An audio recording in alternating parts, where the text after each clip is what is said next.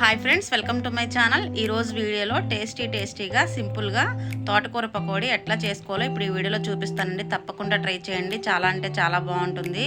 దీనికోసం ముందుగా స్టవ్ వెలిగించి ఒక కడాయిని పెట్టుకొని డీప్ ఫ్రైకి సరిపడా ఆయిల్ వేసుకోవాలండి. ఆయిల్ హీట్ ఎక్కేలోపు మనం పిండిని కలుపుకుందాం. ఒక గిన్నెని తీసుకొని 1 కప్పు శనగపిండి, 1 కప్పు బియ్యం పిండి, 1 కప్పు కార్న్ఫ్లోర్ వేసుకొని ఇప్పుడు ఇందులోనే 1 టీ స్పూన్ కారం, రుచికి సరిపడా సాల్ట్, 1 టీ స్పూన్ అల్లం వెల్లుల్లి పేస్టు, 1/2 టీ స్పూన్ ధనియాల పొడి, 1/2 టీ స్పూన్ గరం మసాలా వేసుకొని నేను కొంచెం ఫుడ్ కలర్ వేసానండి, ఎల్లో ఫుడ్ కలరు. అది ఆప్షనల్ అండి, మీకు నచ్చితే వేసుకోండి, లేదంటే స్కిప్ చేయండి.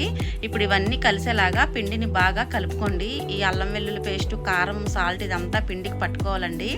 ఒకటి గుర్తుపెట్టుకోండి, మెజర్మెంట్స్ ఎట్లా అంటే మీరు పిండి బియ్యం పిండి అయినా శనగపిండి అయినా కార్న్ఫ్లోర్ అయినా 3 ఈక్వల్గా తీసుకోవాలండి. మీరు ఏ కప్పుతో తీసుకుంటే ఆ కప్పుతో ఈక్వల్గా తీసుకోండి.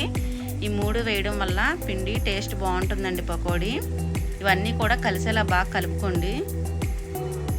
ఇలా కలుపుకున్న తర్వాత ఇప్పుడు ఇందులో మనం ముందుగానే శుభ్రం చేసి కట్ చేసి పెట్టుకున్న తోటకూరను వేసుకోవాలండి. నేను 2 కట్టలు తోటకూర తీసుకున్నా అండి. కాడలు తీసి శుభ్రంగా కట్ చేసుకొని వేసుకున్నానండి. సన్నగా తరిగి వేసానండి. ఇప్పుడు ఈ తోటకూర మొత్తం పిండిలో కలిసేలా కలుపుకోండి. ఇక్కడ నేను చూపిస్తున్న విధంగా స్టార్టింగే మీరు నీళ్ళని యాడ్ చేయకండి, ఎందుకంటే మనకి తోటకూరలో వాటర్ ఉంటుంది కదండి, దాన్ని చూసి అడ్జస్ట్ చేసుకోవాలండి. ఇప్పుడు ఈ తడికి పిండి ఎంతవరకు పీల్చుకుంటుందో అంతవరకు కలుపుకోండి. ఈ పిండిని ఆకుకి పట్టేలాగా పట్టించుకోవాలండి. ఇక్కడ నేను చూపిస్తున్న విధంగా కలుపుకోండి.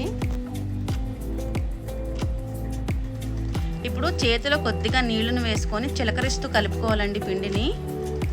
మనం ఒకేసారి డైరెక్ట్గా వేసామనుకోండి పిండి పలచగా అయిపోతుంది, పకోడీ కూడా నూనె లాగేస్తుందండి. అట్లా కాకుండా ఇక్కడ నేను చూపిస్తున్న విధంగా కొద్దిగా చిలకరించుకుంటూ మనకి పకోడీ చేతితో వేయడానికి కుదిరేంత వరకు వాటర్ని వేసుకోండి, సరిపోతుంది.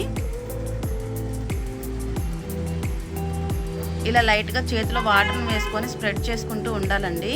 ఇలా వేసి కలుపుకోవాలి. మనకి తెలిసిపోతుందండి, పట్టుకుంటే ఆయిల్లో వదిలినప్పుడు ఎలా ఉంటుందో తెలుస్తుంది కదండి ఆ టెక్స్చర్ మీకు. ఆ విధంగా కలుపుకోండి ఇక్కడ నేను చూపిస్తున్నట్టుగా.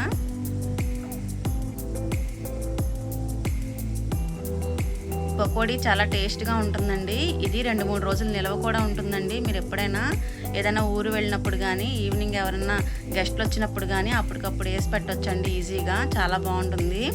ఇప్పుడు ఆయిల్ హీట్ ఎక్కింది కదండి, మనం కలుపుకున్న ఈ పిండిని నేను ఇక్కడ చూపిస్తున్న విధంగా పకోడీలాగా చేత్తో స్ప్రెడ్ చేసుకుంటూ వేసుకోవాలండి కొద్దిగా. ఇలా ఆయిల్కి సరిపడా పిండి మొత్తాన్ని వేసిన తర్వాత మనం స్టవ్ని మీడియం ఫ్లేమ్లో పెట్టుకొని పకోడీని ఫ్రై చేసుకోవాలండి. ఎందుకంటే హై ఫ్లేమ్లో పెట్టామనుకోండి పైకి కలర్ వచ్చేస్తుంది కానీ లోపల పిండి ఉడకదండి సరిగ్గా. కాబట్టి మీడియం ఫ్లేమ్లో పెట్టుకొని క్రిస్పీగా అయ్యేంత వరకు వేయించుకోవాలండి. ఇక్కడ ఇలా నేను చూపిస్తున్న విధంగా వేసుకోండి. ఈ పకోడీ నిల్వ ఉంటుందండి 2-3 రోజులు. ట్రావెల్కి వెళ్ళినప్పుడు కానీ గెస్ట్లు వచ్చినప్పుడు కానీ ఈజీగా చేసుకోండి. అంతేకాక పిల్లలకు కూడా మంచిదేనండి, ఆకుకూర కలిసింది కదా. ఇక్కడ నేను చూపిస్తున్నట్టుగా ఫ్రై చేసుకోండి. మనకి తెలుస్తుందండి ఫ్రై అయినప్పుడు, ఎందుకంటే స్మెల్ రివీల్ అవుతుంది కదండి, ఒకలాంటి స్మెల్ వస్తుందండి పకోడీ ఫ్రై అయిన తర్వాత. అది వచ్చేంతవరకు అలాగా మీడియం ఫ్లేమ్లో పెట్టుకొని స్టవ్ని వేయించుకోండి. నాకు పకోడీ రెడీ అయిపోయిందండి. ఇప్పుడు ఒక స్ట్రైనర్తో తీసుకోవాలండి.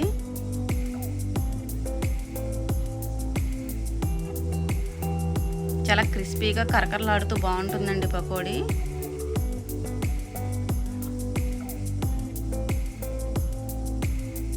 ఇలా ఇక్కడ నేను చూపిస్తున్న విధంగా తీసుకోండి. మనకు తెలిసిపోద్దండి స్ట్రైనర్తో ఇలా అంటున్నప్పుడు క్రిస్పీగా మనకి తగులుతుందండి, ఆ సౌండ్ కూడా వినిపిస్తుందండి.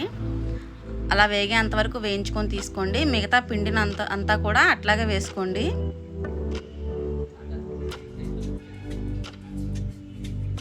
అంతేనండి, సింపుల్గా టేస్టీగా తోటకూర పకోడీ రెడీ అయిపోయింది. మీరు కూడా తప్పకుండా ట్రై చేయండి. చూడండి ఎంత క్రిస్పీగా వేగిందో.